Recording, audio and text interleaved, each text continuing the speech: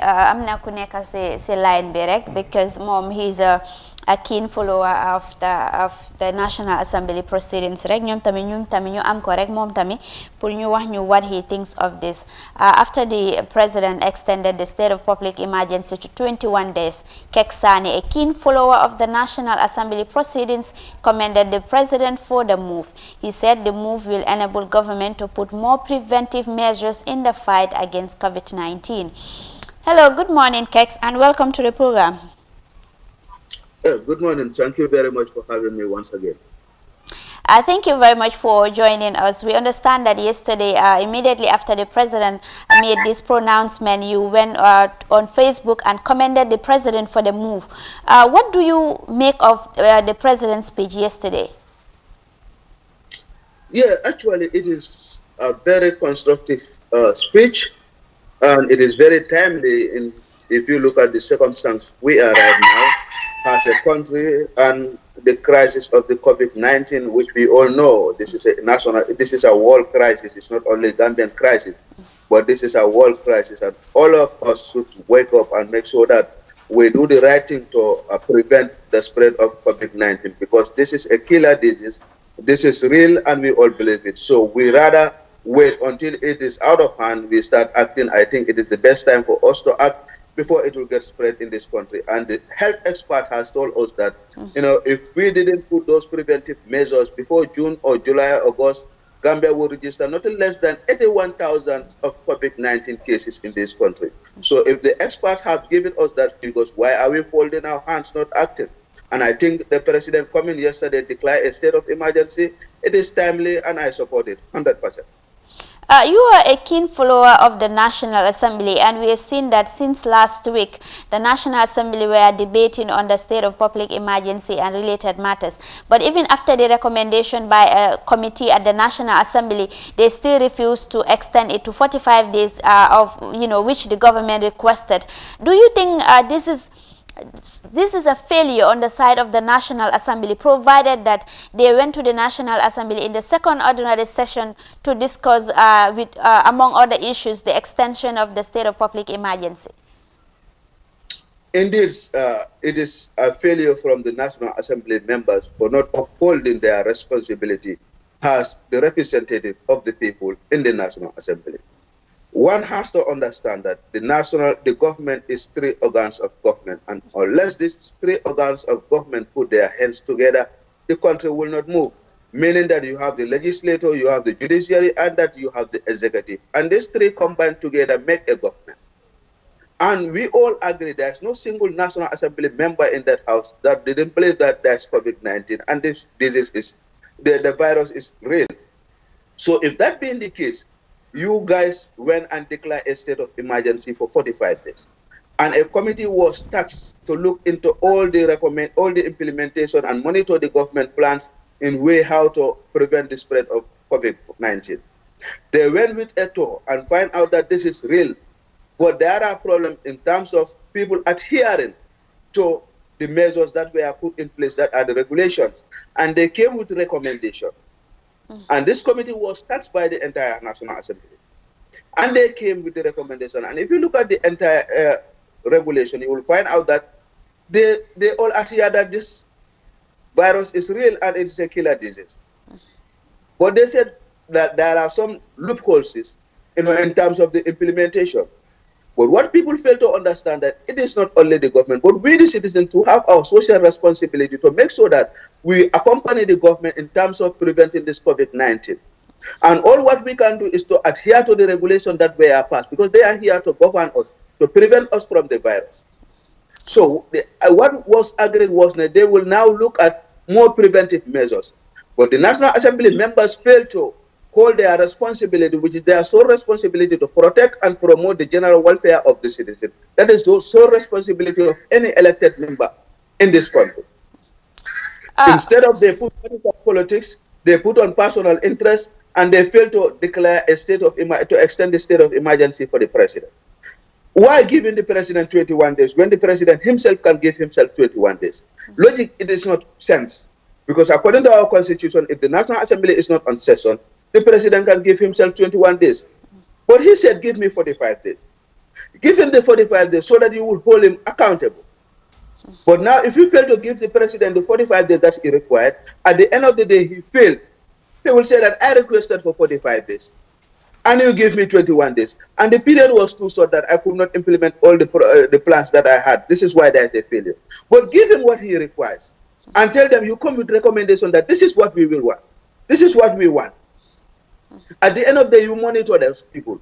You oversight under the regulations. At the end of the day, then you will hold the government accountable to the people to say that, okay, they came before the National Assembly. And we say that they requested for 45 days for a state of emergency based on A, B, C, D. And we also came with a recommendation that you must do A, B, C, D, and F. Then we will all agree. Then we wait for 45 days and we will examine whether you have achieved what you told us before.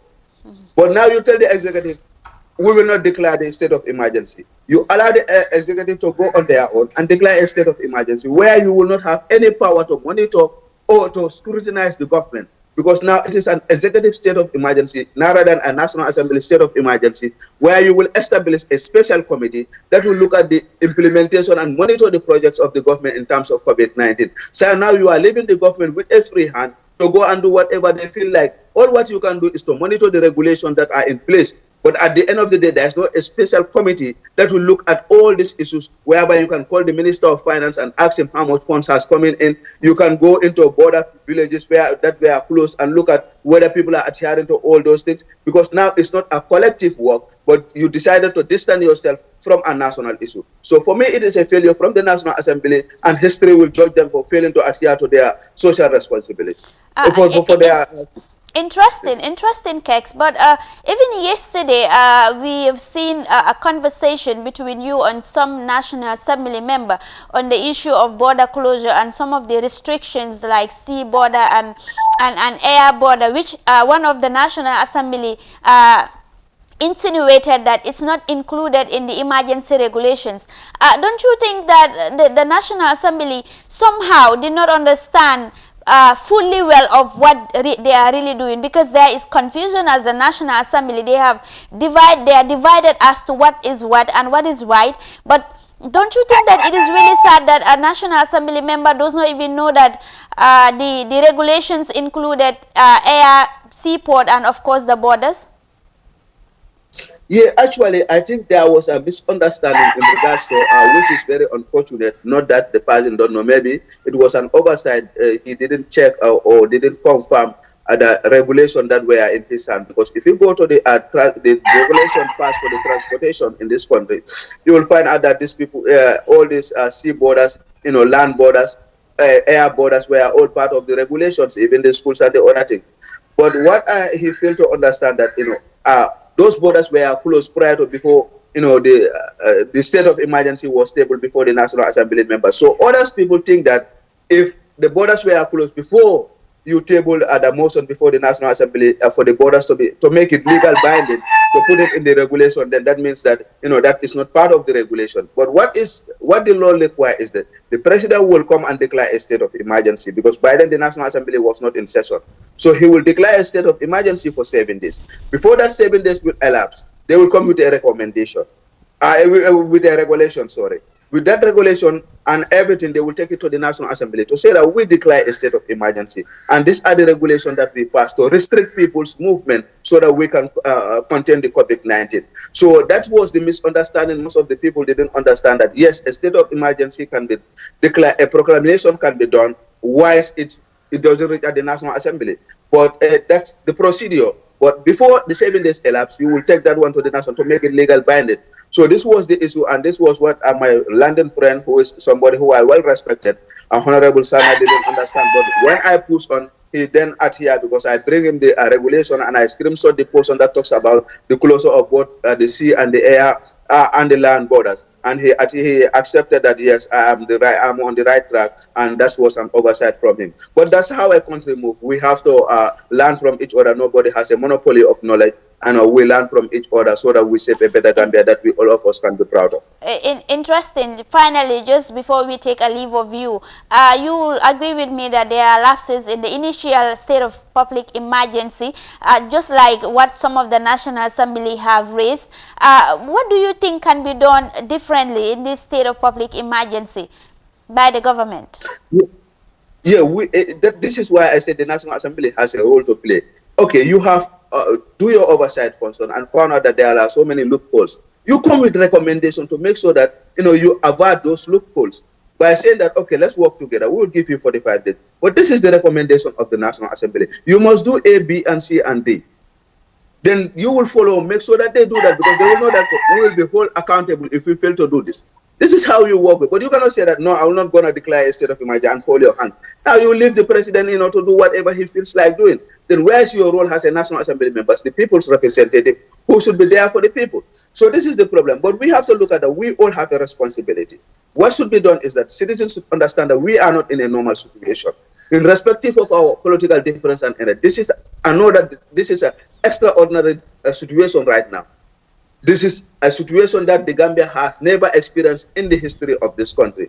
Then if this situations comes, it needs desperate actions. So people have to adhere that these regulations are not here to witch hunt anybody, but these are here to help the government and help with the citizens, to prevent the spread of COVID-19, meaning that people must adhere to the regulations that have been passed through their representative at the National Assembly, meaning that they should observe the social distance. They should make sure that they avoid the crime. But why people are allowing them to be arrested because of they violated that regulations? Then we fail as a citizens to do our social responsibility, because we have to work hand in glove with the government to make sure that we do the right thing. And why government put these regulations, it's not that they want to punish anybody, but they see a threat that is, facing the country.